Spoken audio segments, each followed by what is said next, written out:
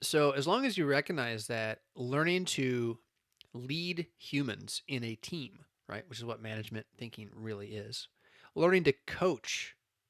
So put it in a sports context for a second if you want, because it's the same idea. You have a team with a goal and you got to coach them. Learning how to do that well shouldn't be a theological issue. Just like nutrition shouldn't be a theological issue, right? It's not a Bible issue. So, what's the problem? Unless it becomes a justifying issue, you have to do it this way. It's the only way to do it. Right? The church always does it like this.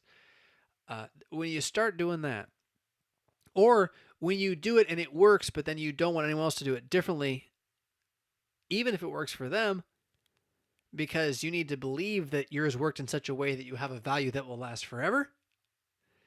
I mean, that's problematic too, right? Now you've moved it into the second article. You've made it your justification. You made it your salvation. Even if not like in sort of an official, it's my religion way, in a emotive, the way the mind lives kind of way, you've begun to get your value to justify yourself permanently from what you do.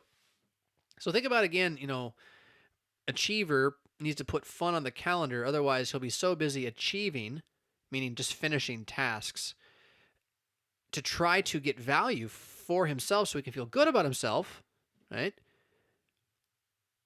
That's all justification. Shouldn't I just feel good about myself because I'm baptized? And go out and do good for others just because? Yeah, I should, but I don't, right? So the achiever is good and fallen at the same time, saint and sinner, right? And is engaging in both.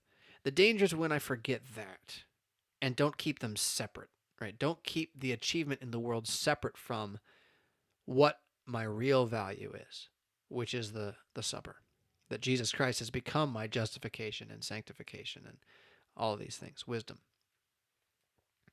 So if you have your category right, is it dangerous? Sure, because the danger is always to shift it back to the second article category. But the problem isn't the knowledge itself.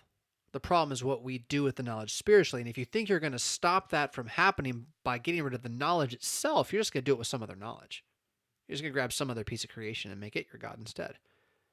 You can make having a minimalist, tidy house your God, and you can make having a completely not tidied up at all house your God.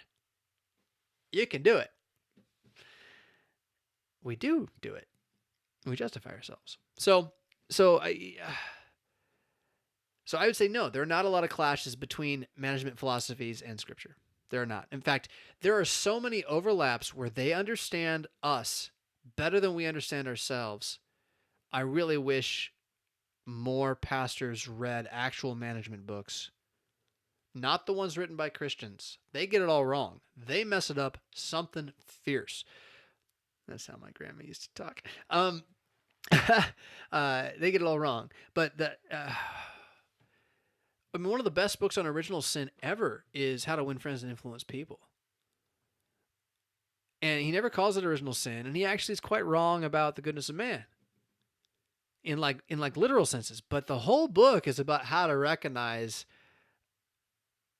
what selfish people really think like, and that you're one and that everyone else is one. And so if you just know that and understand that, you can end up being a much nicer person.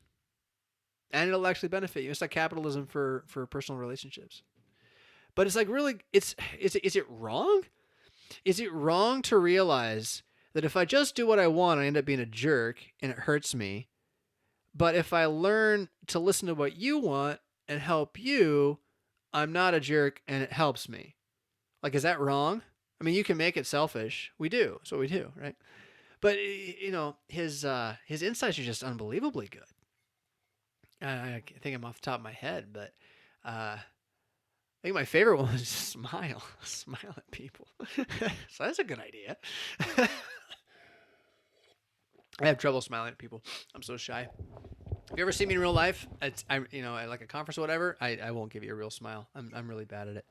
I even, for a while, Tim Ferriss talked about this. For a while, I tried keeping a pencil in my car.